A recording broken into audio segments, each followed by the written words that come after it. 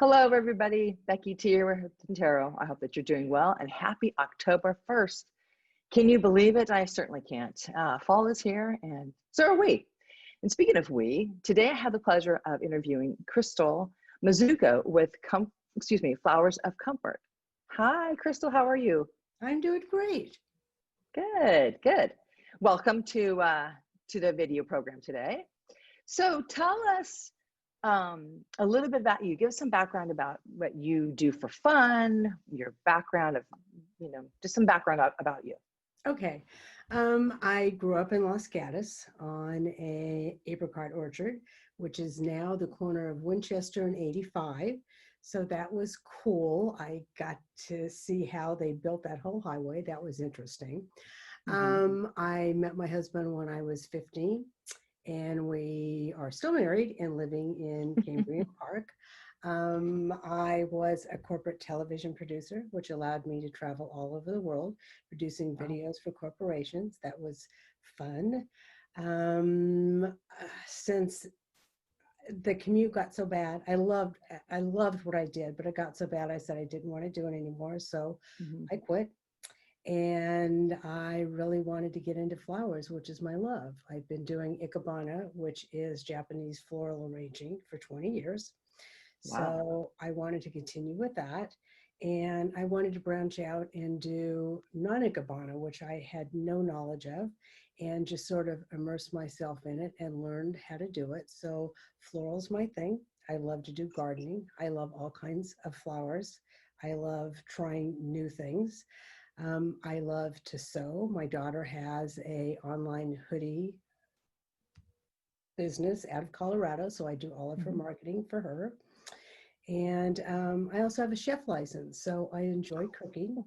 And since we've been stuck home for many months now, my husband's very happy because I'm getting out all my recipes and he's my guinea pig. So that's been a really good thing. So that's sort of my hobbies, and I do want to travel. I can't now because of COVID, but when that gets over with, we want to go and travel, go to Europe some more, go see things we haven't seen. So that's my goal once this is over with. In the meantime, I'm just everything flowers.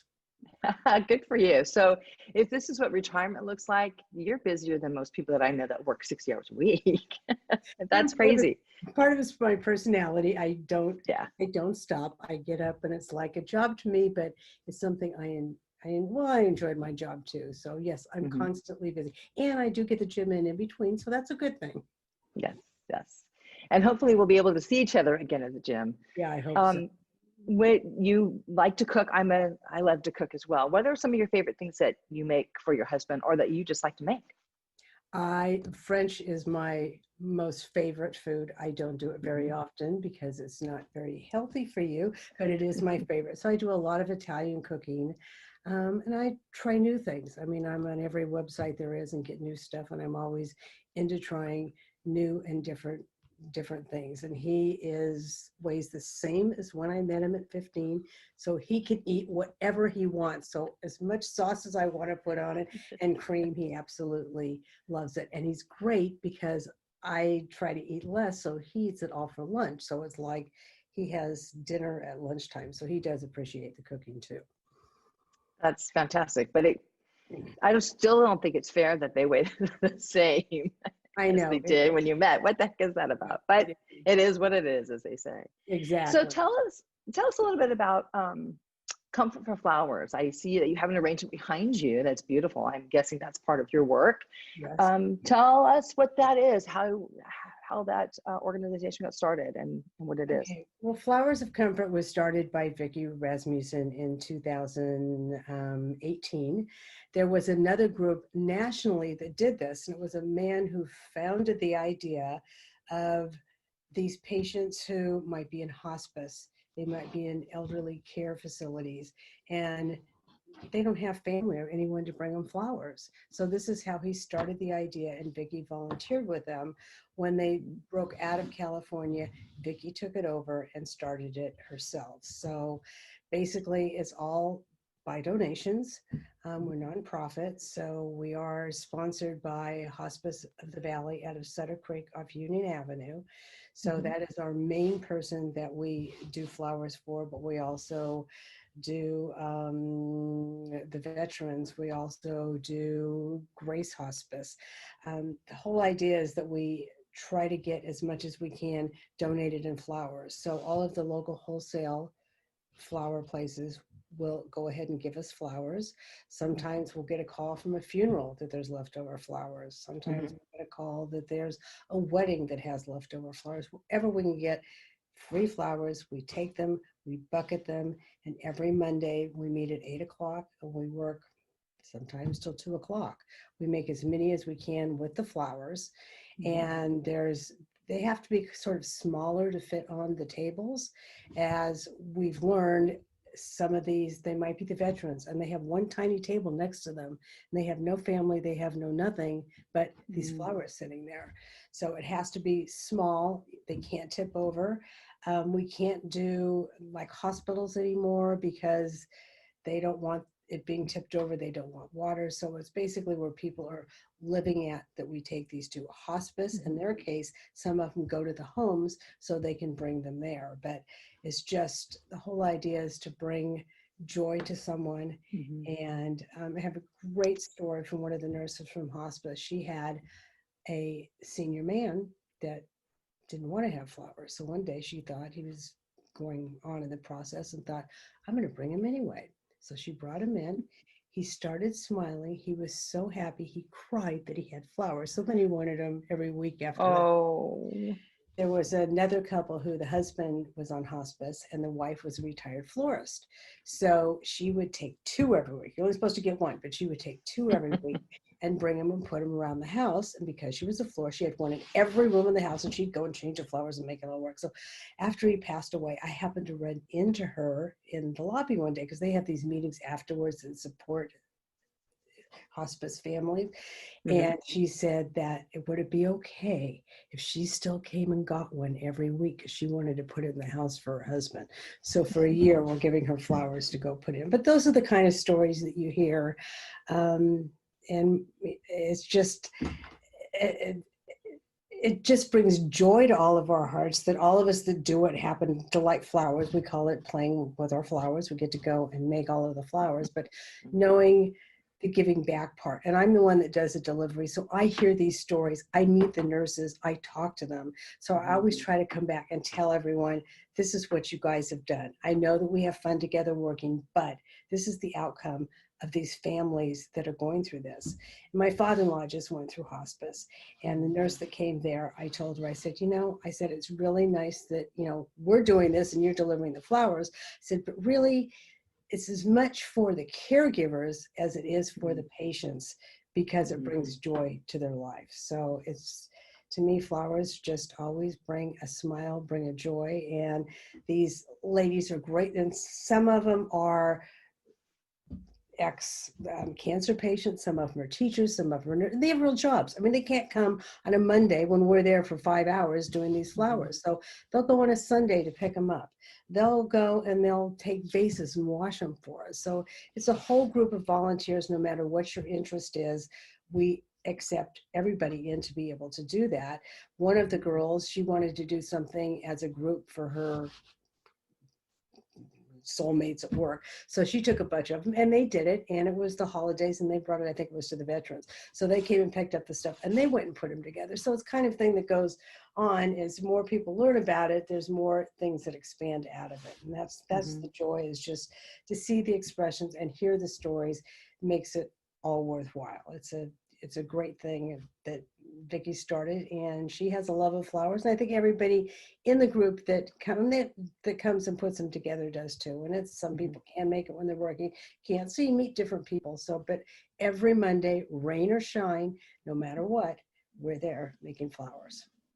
Wow. And what's so cool is to see the excitement, the joy that you get from giving. And I think that's true. When we do give, we get so much more in return. And I cannot imagine the faces and the comments that are made from the people that receive the flowers.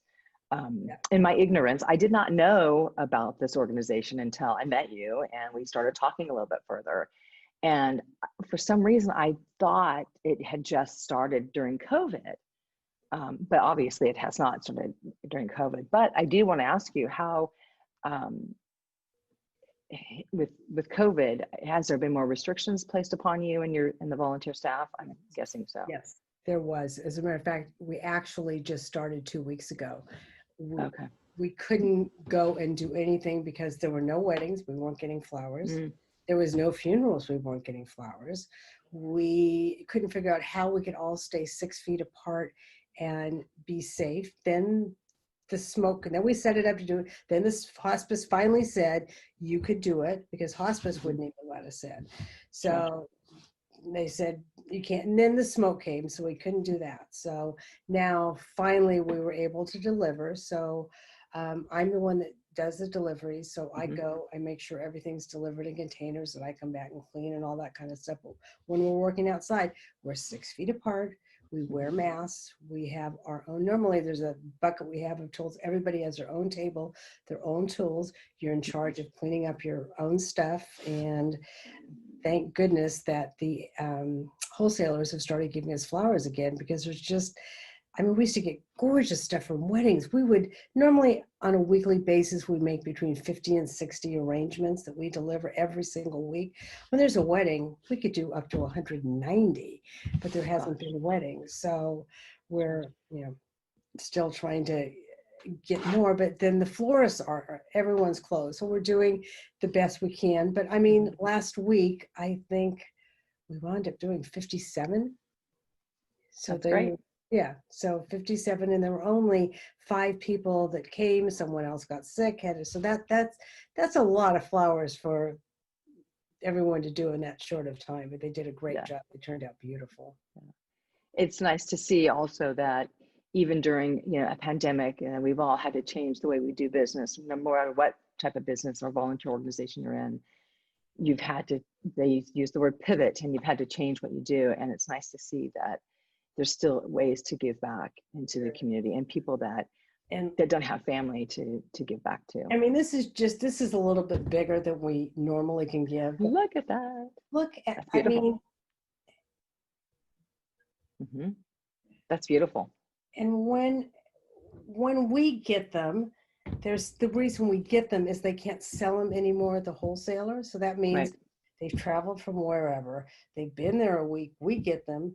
We have special super sauce that we put in it to bring them back, and they'll last another 10 days. I mean, it's just amazing how you can sort of bring these things back to life. And when we deliver at Hospice of the Valley on Mondays, and I've been there on a Friday, and there's still maybe one arrangement there waiting because they put their name on it. They have to look, all the nurses have to have them, and it's still great. So I mean, these can last anywhere from a week to 2 weeks, depending on what the flowers are. So that's the joy of someone having something to look at for 2 weeks. So that's really good. Good. That's good to know. What about this 2021? How would you like to see the organization flourish? Pun intended. I'm hoping that we can reach out to more smaller florists, be able to get more flowers, because if we had more flowers, we would be able to make more deliveries. Right now, we have like a rotating schedule because Hospice of the Valley is always there. We don't have enough product to deliver. I think we would have enough volunteers and we could do it, but we need to be able to get more products. So if we can get more flowers, if we can get more donations to buy all the supplies and stuff we need, that would be to be able to expand. I mean, we're still tiny. Our refrigerator died. We're trying to get a new refrigerator. I mean, just stuff like that takes money. We're nonprofit so I'm hoping that with my background, maybe we can get more on local television station, maybe more press out there, something that people would learn about it. And I know there's a couple people that are our volunteers. They work, but they want to do something. So there's all kinds of things you can do. You could go and wash vases for us. You could go and pick up vases that we ordered. You could go and pick up flowers and drop them off on a weekend if you're not working. You could come for 2 hours and do cleanup. You could come for an hour and do setup. So there's all kinds of volunteer opportunities. And I'm just hoping when this all goes away and we can do it more, that we'll expand and be able to give to more people, because we have more requests than we have product that we can give out right now. So I'm sure. I'm sure you do. yeah, really. Speaking of volunteers, how, if somebody out there either wanted to donate flowers or if they wanted to work a couple hours, just like what you were saying, you know, wash vases or, Right. you know, pick up flowers, how would they get a hold of you? Well, they could either go to the Flowers of Comfort Facebook page, which is just Flowers of Comfort, and kind of meander through that, or they could just email info@flowersofcomfort.com. That goes directly to Vicki, and she has a form that sends out to say, you know, what we would like to see in a volunteer. You can do 1, you could do 2, you could do 12. I mean, that was the whole reason I volunteered with them. It was, their process is great.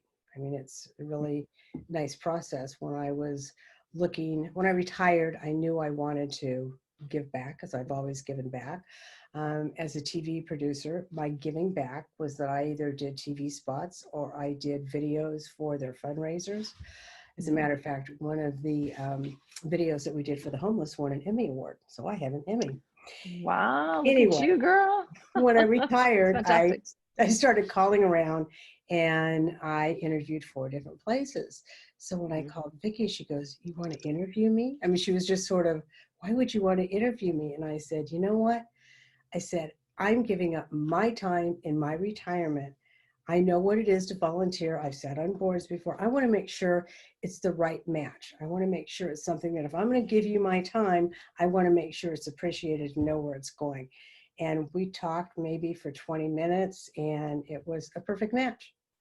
And I've met Wow. so many people, the volunteers, their backgrounds, their all kinds of cultures, they're all kinds of ages. I've just met so many, it's like a family now. I've met so many Mhm. wonderful people doing the volunteering. Well, that is fantastic, Crystal. Thank you so much for sharing uh, all of your expertise today. And if any of you out there would like to volunteer, please go to the Facebook page. Also, if you or someone you know who would like to be interviewed, just like Crystal was today, to be a featured guest, please call me at 408-250-3970. Thanks for watching. This is Becky T with Intero. Have a great day. Thanks, Becky. You're welcome.